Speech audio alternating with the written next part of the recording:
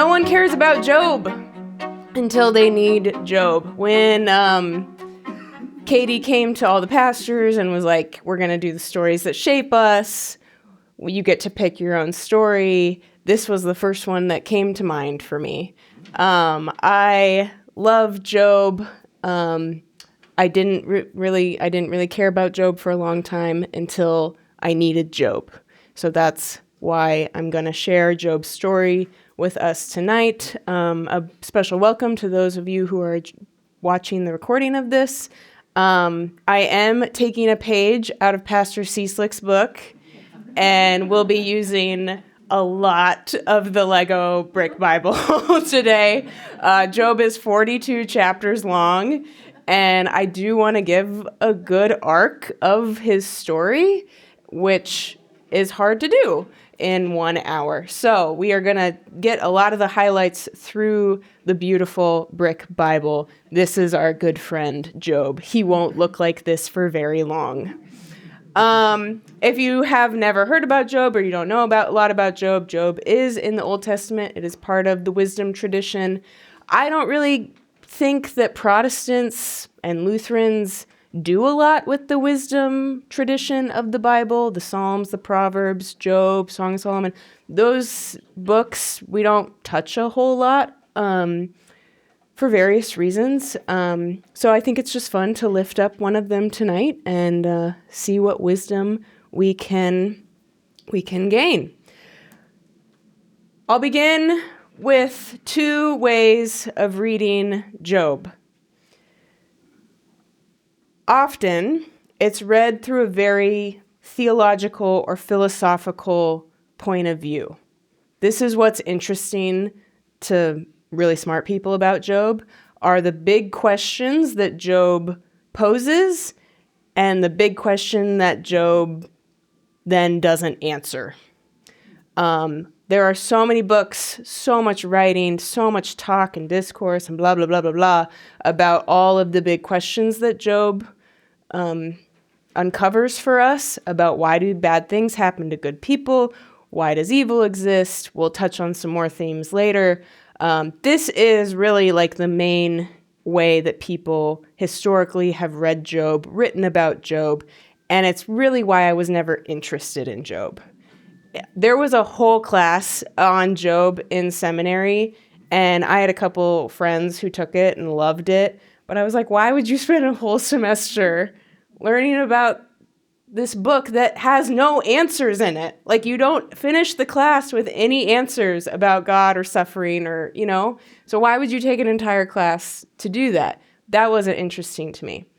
When I fell in love with Job was when nothing else in the Bible resonated with me. Was when I was in a place in my life where healing stories, miracle stories, Jesus showing up to the brokenhearted, when those stories felt so distant because I was experiencing a silent God. And so nothing else in the Bible of God showing up for God's people and God rescuing them and God healing them and God meeting them, God encountering them, like our Lenten theme, all of those stories didn't connect with me because I wasn't experiencing that. And so that's how I fell in love with Job, was Job understood something that no one else in the Bible seemed to understand. And so tonight, that is the Job I'm going to offer you, is the very human Job, the story of our human experience. That Job is and can be a friend to us in our scriptures when no one else understands, and he offers us a model, he offers us a way to be faithful and righteous in the midst of deep suffering. So these are kind of the 2 ways that I think about how to read Job. Neither one is good or bad. But the way that I fell in love with Job was seeing my story imprinted on Job's story and vice versa. And he just became really the only friend that I found in Scripture because he understood what I was going through. Does that make sense? My Bible commentary said this: no other biblical text addresses the question of divine justice, why bad things happen to good people, in such a confrontational and artistic way. It is a story that speaks to every generation and to every individual who has known undeserved suffering. So that's why I love Job. The basic outline of Job is this. The first 2 chapters are the prologue. A lot happens in the prologue. That's where most of the questions, the theological questions, come into play. The bulk of it are these dialogues with the 3 friends, and then the 4th friend, who's not really a friend, he's kind of an outsider, he shows up. It takes 36 chapters for God to finally show up. He shows up in the beginning, but not in a great way. But God finally shows up 36 chapters later, and then there's the epilogue. But again, I am offering you the human experience of Job. So the way that I want you to see this outline of the book is in this way. The beginning is the death. When Job experiences immense grief and despair because he loses everything. Everything. And this is really important to me because it is my pastoral conviction that every single person, every single one of you is grieving something right now. We are all grieving all the time about something. And so this is Job, is a person in our scripture who understands grief of all kinds. We'll get to that. And then his friends show up, but they're not great friends. They make it worse. They try to explain the unexplainable. And then an outsider thinks that he knows what to say and shares an unwanted opinion. And then finally, God offers perspective and relationship. And then finally, we get a little bit of resurrection at the end where new life is given, but is not replaced. This, I think, is the cycle of life. This is the cycle of faith. We have death, we have encounters with friends, we're trying to wrestle with what it all means. 40 chapters ensues before we get the new life. And in that 40 chapters, we're just like, what is going on? This is the cycle of life. This is the cycle of faith, which is why I love Job, is it just mirrors our own experience. So as we go through this, I want you to come to mind a time in your life, maybe it's now, maybe it was in the past, where you resonate with Job's story of loss, of a silent God, of new life, of people who struggled to meet you where you were. Bring to mind a time when that was true for you, and then find yourself in Job's story. That's how I want you to kind of experience this story tonight. So Job, who was he? Look at all these photos. They're so good. He was from the land of Uz. He was perfectly righteous, fearing God, shunning evil. He had 7 sons and 3 daughters. He had 7,000 sheep, 3,000 camels, 500 oxen, 500 donkeys, and a great number of servants. He was the greatest of all the people in the East. It is important to note that he was not an Israelite, but it doesn't really matter. What matters about Job is his character, is his faithfulness, is his righteousness, is his trust in God. He has proper deference. He rejects all evil. And we are made to believe that it is his righteousness that has led him to this great wealth and goodness in his life. He has a really good life. That's how the story begins. He has a lot of wealth. He has a lot of property. He has a lot of goodness that surrounds him. But that lasts for like 4 verses until we move to the heavenly realm. This is in the first 2 chapters, we go from the heavenly realm to the earthly a couple times. So now we're in the heavenly realm. And one day the sons of God came to present themselves before Yahweh, and Satan, or the accuser, was among them. Now, when I want you to think of Satan or the accuser, I'm going to use the accuser because when we hear Satan, we have something that comes to mind, and I don't want that to be the thing that comes to mind. So I'm going to call this figure the accuser, and it is not necessarily the devil as we think of it, but it is some kind of obstacle or some agent that is going against God. It could be supernatural, it could be human power. It's just something that is, anti-God, right? So I'm going to use the accuser. That's another translation of it, instead of Satan, but they're sort of interchangeable. Okay, so they come, and the accuser is among these angels.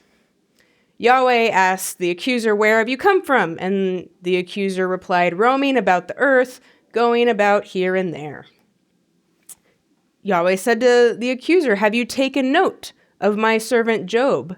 There is none like him on earth, perfectly righteous, fearing God, shunning evil." God is holding Job up as an example of God's success. Of have you seen this perfect man? He is amazing. He worships me. He is faithful.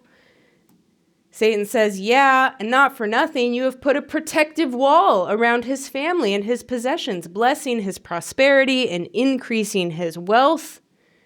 Of course he's faithful. You gave him everything he ever wanted. It's easy to be faithful to God when you don't lack, right? That's what the accuser is saying.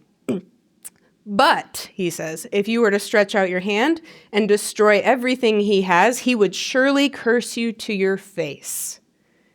So he says that the only way, the accuser is telling God that the only way to determine Job's real faithfulness is to make him suffer, test him. And the accuser is assuming that Job will fail. God said to the accuser, "Fine then. I put everything he has in your power, only do not harm the man himself." And so then the accuser leaves Yahweh's presence. Okay, round 1. What happens? So now we're back in the earthly realm.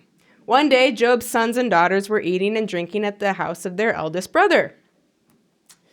And a messenger came to Job, saying, "The oxen and the donkeys were in the field when the Sabeans attacked. They carried them all away and killed all the servants with the sword." Before that servant had even finished speaking, another messenger arrived, saying, "The fire of God has fallen from heaven. It burned up the sheep and the servants, consuming them." So he starts to lose all of these things, right? It continues. Before that servant had even finished speaking, another messenger arrived, saying, "The Chaldeans have raided the camels. They carried them all away and killed all the servants with the sword." Before that servant had even finished speaking, another messenger arrived, saying, "Your sons and daughters were eating and drinking at their oldest brother's house when suddenly a mighty wind swept in from the desert. It struck the 4 corners of the house and it collapsed on the young people. They are dead." I particularly love this Lego image of I feel like we all have a moment in life where this is how life feels. This is why I love Job. Is this is the human experience right here of just rubble, right? Just rubble. So how did Job respond? Job got up, he tore his clothes, shaved his head. These are traditional ritual practices of grief. Then he threw himself on the ground and said, "Naked I came from my mother's womb, naked will I return there. God has given and God has taken away. May the name of God be blessed." Who would respond like that? right? This is who Job is. In all this, Job did not sin, nor did he accuse God of any wrongdoing. But it's not over. We go back to the heavenly realm. One day, God said to the accuser, "Have you noticed Job? You tested him. He holds fast to his perfect righteousness, even though you persuaded me to destroy him for no reason." Again, God is lifting up Job as this success story, as this example of righteousness and goodness. Satan answered, "Yeah, a man will give away all he has to save his life, but if you were to stretch out your hand and strike his body, he would surely curse you to your face." God said to Satan, or the accuser, "Fine then, he is in your power, only do not kill him." And so the accuser left God's presence and inflicted painful boils on Job from the bottom of his feet to the top of his head. Isn't that really graphic? Yeah. It's great. Job took a shard of broken pottery and scraped himself with it, sitting among the ashes of the dunghill outside the town. After much time had passed, his wife said to him, "Are you still holding on to your perfect righteousness? Curse God and die." But Job said to her, "You speak like a foolish woman. Shall we accept what is good from God and not also accept what is evil?" In all this, Job did not sin in what he spoke. Again, Job is faithful, righteous, and without sin, even after losing everything. Everything. So in these first 2 chapters, these are some full 2 chapters. These are kind of the things that come up. On the theological side, the things that people often read Job to discuss and then not find answers to. What kind of being is the accuser that God can put Job in his control? Did God outsource this misfortune to Job so that God wouldn't have to take responsibility for testing it? What kind of God would allow a faithful follower to suffer unjustly to prove a point? Why is God working with the accuser at all? Why does he even give him the time of day? Why does he say, "Yeah, you can go do this"? Why didn't God stop it after the first round? Why did God let the accuser keep going? These are all the questions that don't get answered.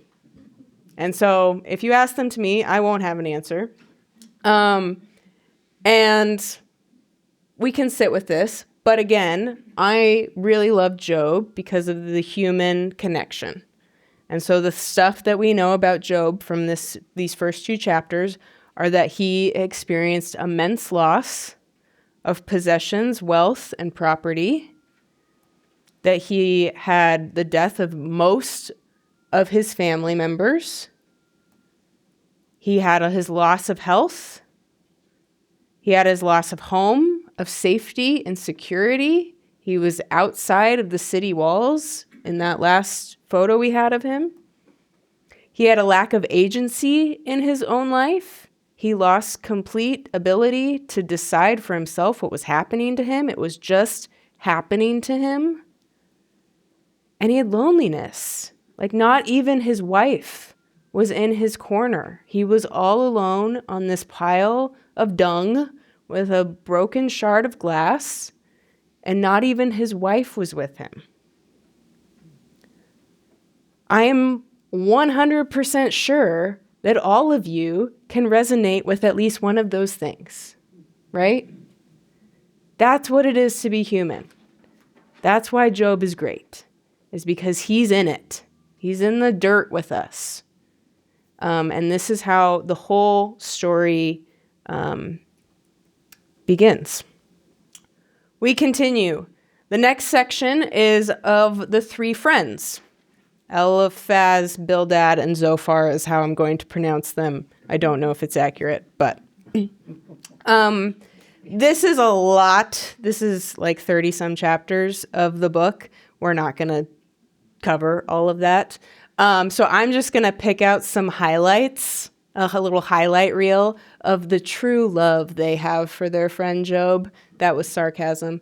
And then we'll recap at the end. So, when Job's 3 friends heard about the evils that had befallen Job, they came to comfort and console him. When they spotted him from a distance, they did not recognize him. Good Lord. I love that one. They wept loudly and sat on the ground with him for 7 days and nights. No one said a word to him, for they could see that his pain was very great. That's good friendship. Just showing up and just being there and seeing the person in pain. This is their moment when they could have made it, but they didn't last very long. After this, Job spoke, saying, "Why is life given to those in misery, bitter in soul, longing for a death that does not come?" This is his first question of why. Why is this happening? Why is suffering upon me? And God bless the friends. They were silent for a week. They were with him, but they couldn't stay silent any longer. So here are some highlights of what they said. One of them said, "Consider this, who that was innocent has ever perished? Where have righteous people ever been destroyed?"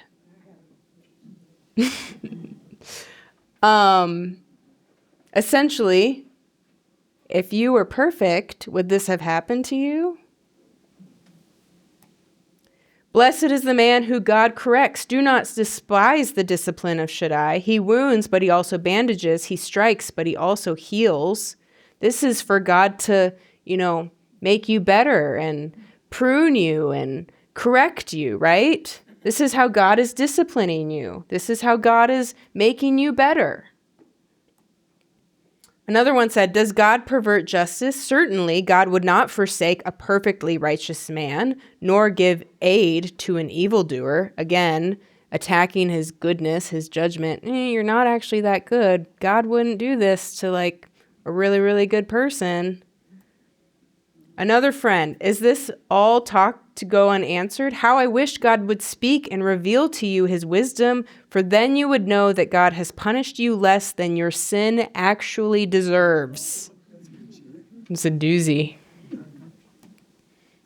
"Your sin guides your words so that you turn your spirit against God. What is man that he could be righteous? If God does not even trust the holy ones, how much less is man who is filthy and corrupt?"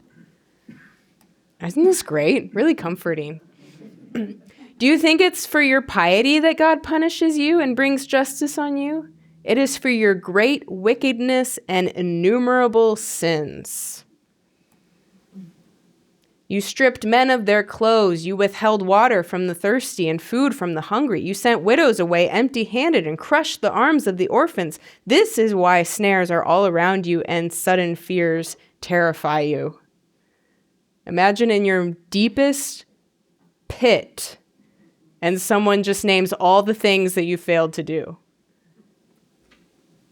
Great friends. I also want to know, so these friends, they are trying to explain the unexplainable, right? They have no idea what has happened to their friend, and they can't make sense of it, and they're trying to make sense of it. And so it has to have been something that Job did, right? That's the only thing they can come to. And I want to note a couple things of our tendency to be the friends, is that for the friends, it's Job's fault. It's the victim's fault. That's their vantage point, is this is unexplainable, and so it has to be, this happened to you, so it must be your fault. And that's dangerous thinking, right? I also want to note that this is often how conspiracy theories come about. When we don't have a place in our brain that can comprehend the unimaginable, the beyond our comprehension, when our brains, and there's a lot in our world that we cannot comprehend, right? That we cannot grasp, that is just unbelievable in the truest sense of the word, right? And so we need something tangible to grasp onto, and so we come up with a theory. We come up with, okay, well, there has to be some reason this happened, right? That's what the friends are doing, is they're just trying to grasp onto something. Well, there has to be some reason this is happening to him. And we have to figure it out. We have to name it. We have to dissect it, right? This is our human nature. Yes. I think the exact flip side of that line of thought is, if we'd only find what caused this, then we can avoid that. By not True. Then we won't have this too. Right. Yeah. Like, how do we avoid this in the future? I don't want this to happen to me. Like, if Job is experiencing it, how am I safe, right? Yeah. So how do I get out of this alive? Yeah. True. So we struggle, just like the friends. We're Job, but we're also the friends. We struggle to sit in the what the heck is happening with just the unbelievableness of the world and sin and suffering. And we try to grasp onto anything, and we make all these theories, and we try to get our brains to, make sense of it. And it just is nonsensical. That's just the world. That's this nature of suffering and sin. And that's what the friends are really showing us and mirroring back to us. But throughout all of this, there are multiple dialogues and multiple back and forths throughout these 30 chapters or so. Throughout all of it, Job doesn't take it. He doesn't take it. He doesn't just let them berate him. He stands up for himself. He says, "Where have I done wrong? Show me, and I will be quiet. But do not judge me falsely, for my righteousness is intact." You are worthless physicians, all of you. If only you would keep silent, that would be wisdom for you.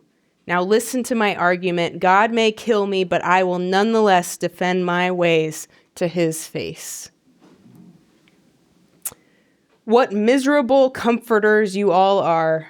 If you were in my place, I could also speak against you, but my talking would comfort you. My words would bring you relief. As surely as God lives, who has denied me justice, and as long as I breathe, I will neither speak deceit nor declare that you three are right. I will maintain my righteousness. This is really bold of Job, that he does not take what his friends are throwing at him. And I don't know, you can read this in one sense and be like, is this arrogance? Is it, pride? Is it ego? But I think there are moments when people are around us and we're like, no, I did not cause this. I am the victim of undeserved, unimaginable suffering. And it's not my fault. It's not my fault. And that's what Job is saying over and over again, is he's defending himself. And in that, he's being faithful to God. He's saying, yeah, I'll be honest to God's face, right? And so that's, for us, when we, experience who Job is, when we mirror our life onto the story of Job, it's comforting to know that we can stand up for ourselves in moments of despair and suffering, deep loss, and grief, because we are not deserving of it. We are not deserving of it, and Job reminds us of that. So, how did the friends respond? They sit with him for a while, but when it's no longer appropriate to grieve, when the 7 days are up, or when they're dealing with him as he falls apart, they start talking. I think the thing in that beginning part is that they had an expectation of you get 7 days to grieve your whole entire life, and then you got to pick yourself up and keep going, right? We do that. We expect that. There are appropriate amounts of time to grieve. There are appropriate amounts of time or appropriate ways to fall apart, to be overcome by the suffering that's inflicted. But then when that's up, you gotta be all happy and joyful again. They judge, they accuse, they shame him. They look at his actions. They look at his behavior rather than his humanity. That's really important. We do that too. We often look at the people around us and look at what they're doing, what they're not doing, how they caused what's happening to them, instead of looking at the child of God that they are, the embodiment of God itself, right?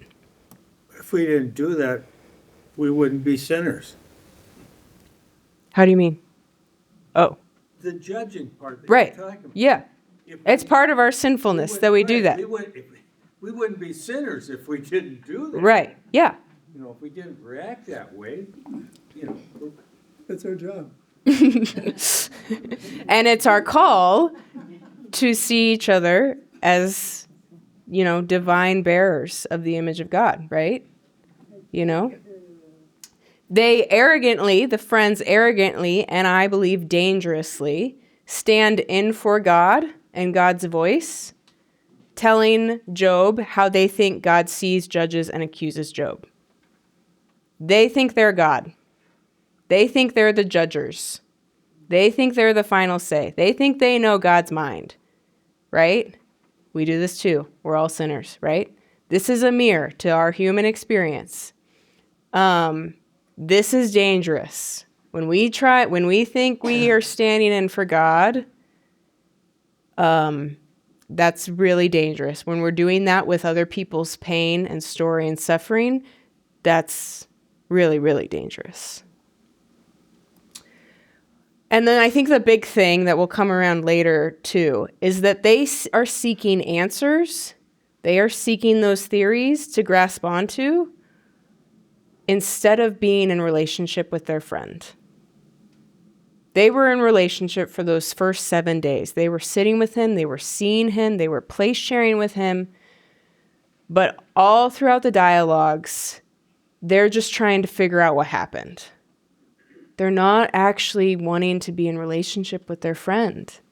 They're not supporting him. They're not asking, what do you need? How can we love you right now? They're just trying to find answers. And we'll come back later that's kind of one of the key ways that God shows up differently. So, what do our friends say when they come to us? What are some of the things that we hear when we're in suffering, or that we have heard so many times that we want to say? Everything happens for a reason. That's a lie. Well, at least, your dog is still alive. At least this didn't happen. Like, that's just minimizing the pain. In my long life, I've learned that blah, blah, blah, blah, blah, blah, blah. It's gonna get better. I promise. Can you promise that? It will at the end. It will at the end. When you die and are raised in eternal life, right? Like, you can't promise that. God needed an angel. God had a plan.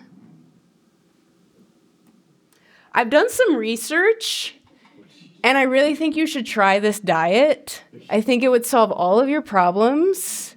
I think you should read this book. When my aunt had cancer, she did this, and it really, really helped.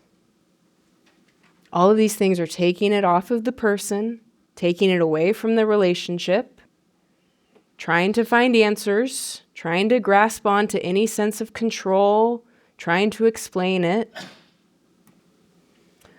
So how are you really doing? How are you really doing?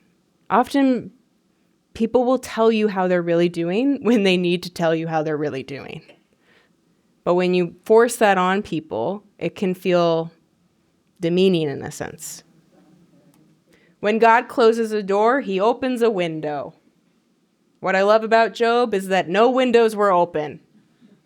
There were just closed doors for many, many, many, many chapters. So that's not always true. God wouldn't give you more than you can handle. Stay strong. These are all from Kate Bowler's Everything Happens for a Reason. This is her list. I just copied it. But these are some of the things our friends say. These are some of the things we want to say when we're trying to grasp onto the unexplainable, right? This is the human experience. This is what it is to be a sinner. And Job is calling us into something else, another way of experiencing this suffering, another way of explaining it, working through it, living with it. But there's not just the three friends. There's also a fourth friend who's kind of an outsider. You may have seen him in the background of the Lego figures that we just went through. He shows up and he says, inside I am like wine in a new wineskin, ready to burst. I must speak to find relief. Now, Job, listen to my words and I will teach you wisdom. So he was like floating around. I don't know if you ever saw him in any of the previous slides, but this guy was floating around, just like overhearing the friends. And now he's just built up all of this passion. And he's like, okay, I have to say something. I've been holding it in for so long. I have to speak. What does he say? I've heard you say I am without transgression, clean and without sin, and yet God treats me like an enemy, but you are wrong about this. Far be it from God to do evil. God does not act wickedly. He does not pervert justice. He repays a man for his deeds. He watches the righteous carefully, exalting them. When they are bound by affliction, he tells them what sins they have committed, so they may be corrected. I love this photo because he looks so sad. Job is so sad, right? Just on his back in the dung. And there's just all of these people standing up over him, looking down. Like this is the feeling, right? This is the feeling. We can feel what is happening in this. Take heed, do not turn to sin. It is for this you are being tested by affliction. Who is a better teacher than God? So for me, the fourth friend could just be another person, but in my imagination of Job and in mirroring the human experience onto the book of Job, to me, the fourth friend is more of like the larger world that tells us what to think and feel about our suffering.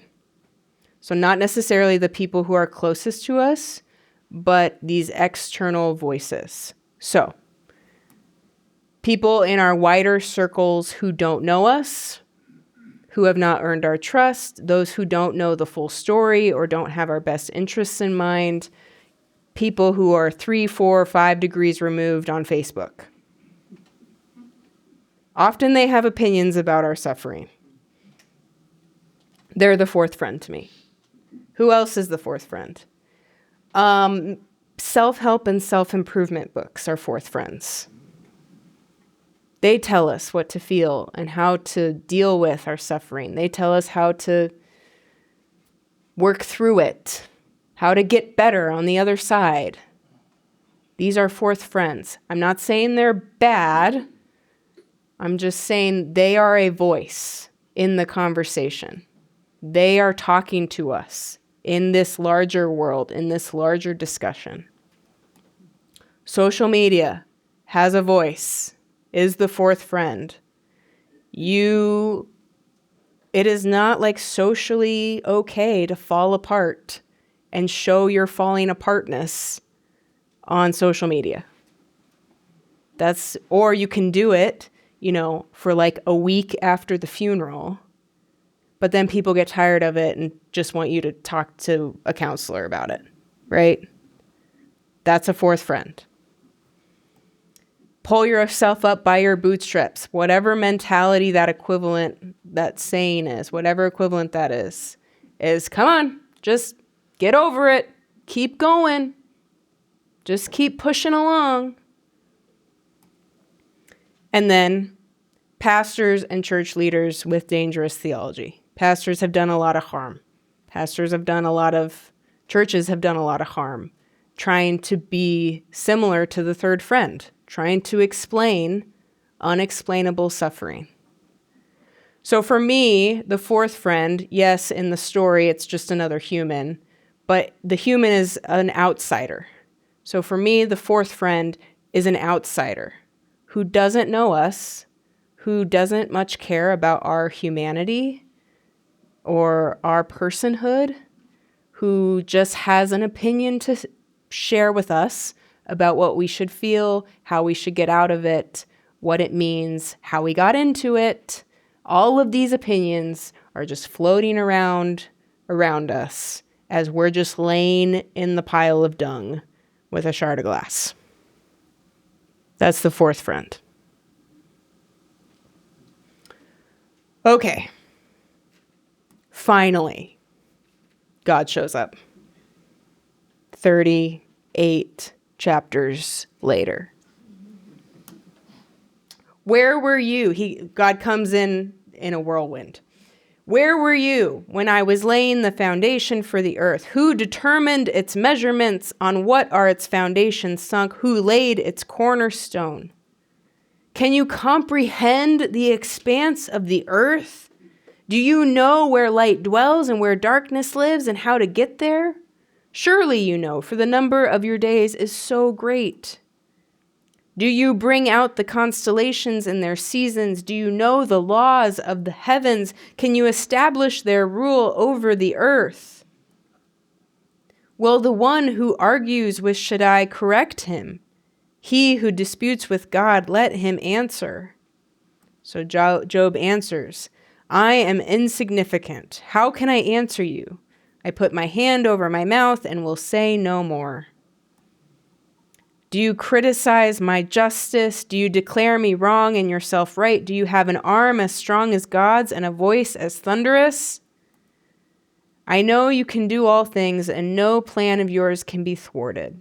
I have spoken of things I do not understand. Therefore, I despise myself and repent. Then God said to Eliphaz, which is one of the friends, my anger burns against you and your two friends, for you have not spoken the truth about me as my servant Job has. Now take 7 bulls and 7 rams and make a burnt sacrifice for yourselves. Kind of a weird response, yeah? What is God doing? So first, God does nothing. For 37 chapters, God is silent. God's not on the scene. God doesn't say a word. God is silent. That is a long time of wilderness, of abyss, of absentness. We know a silent God. We've experienced a God who we don't feel is speaking to us. We know what that's like. Job mirrors that for us. And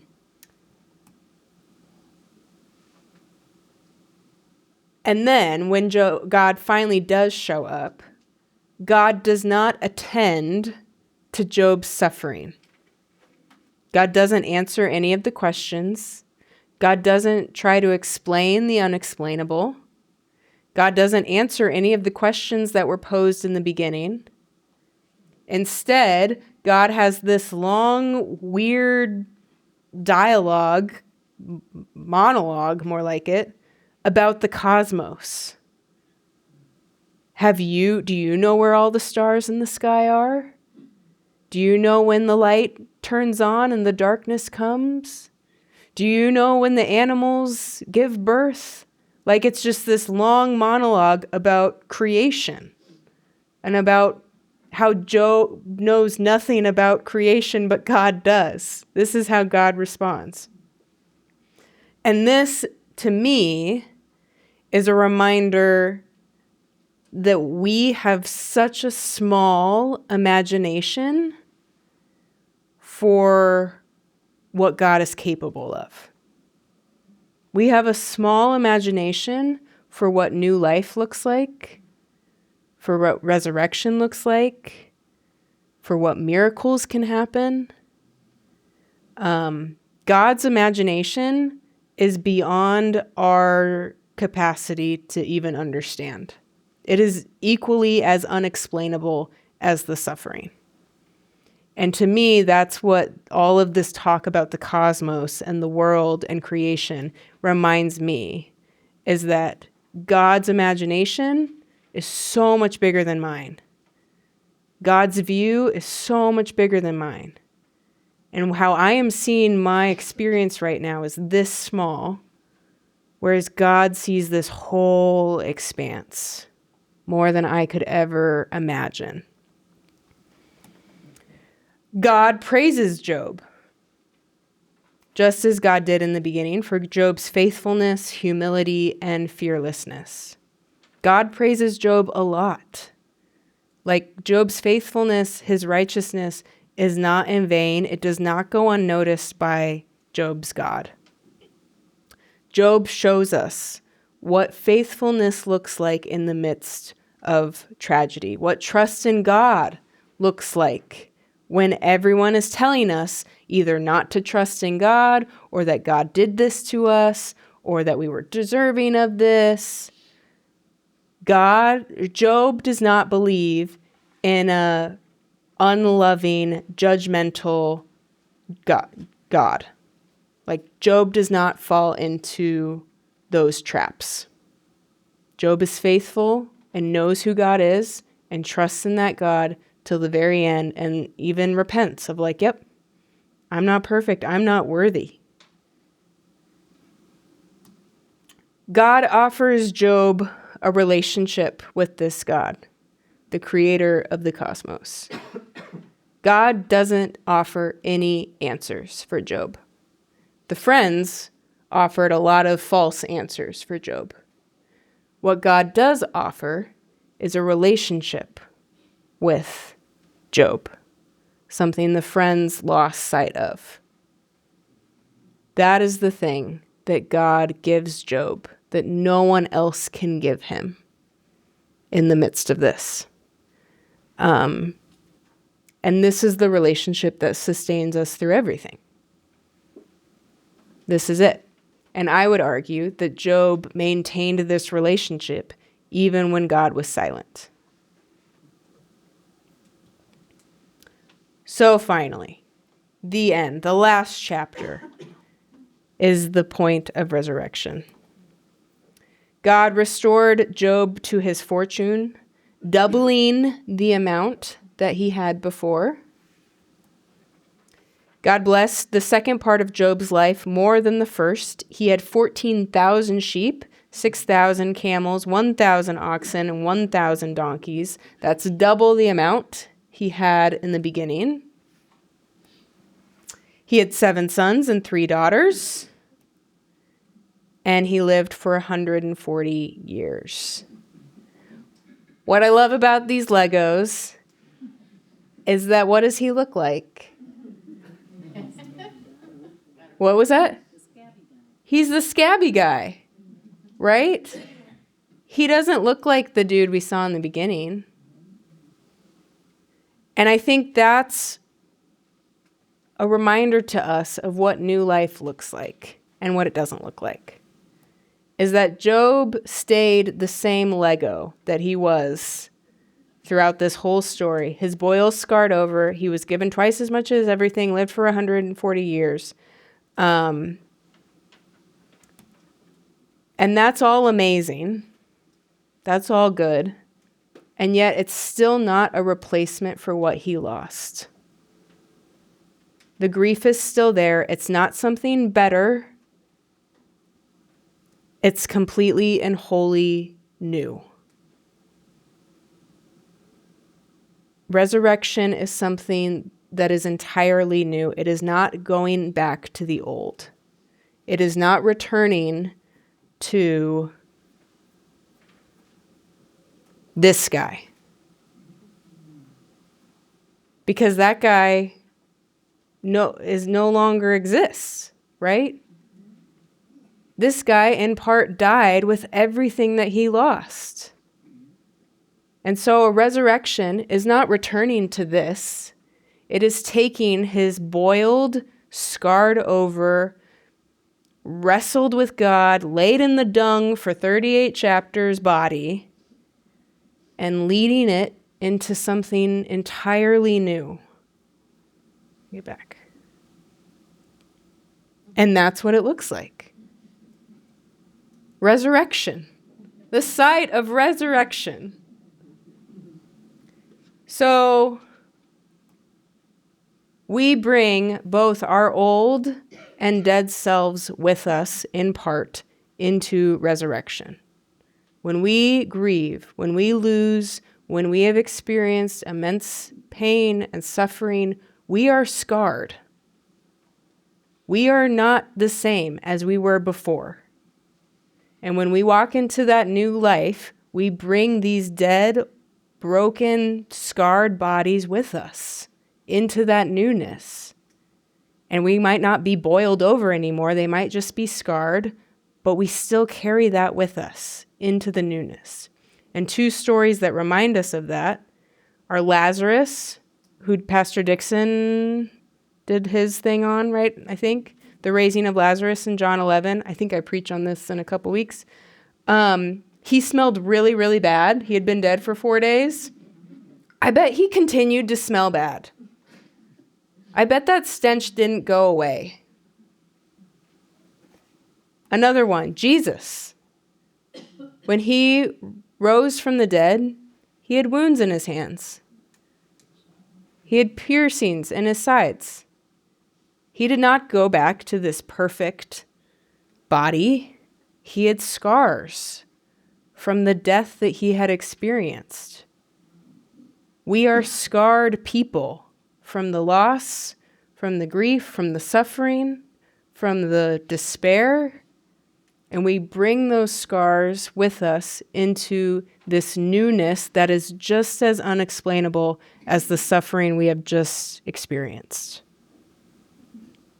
So going back to the human experience, I believe that this arc that I just really went over super fast, I believe that this is the arc of our lives. That this is the cycle we go through over and over and over again. Death and resurrection, death and resurrection, death and resurrection.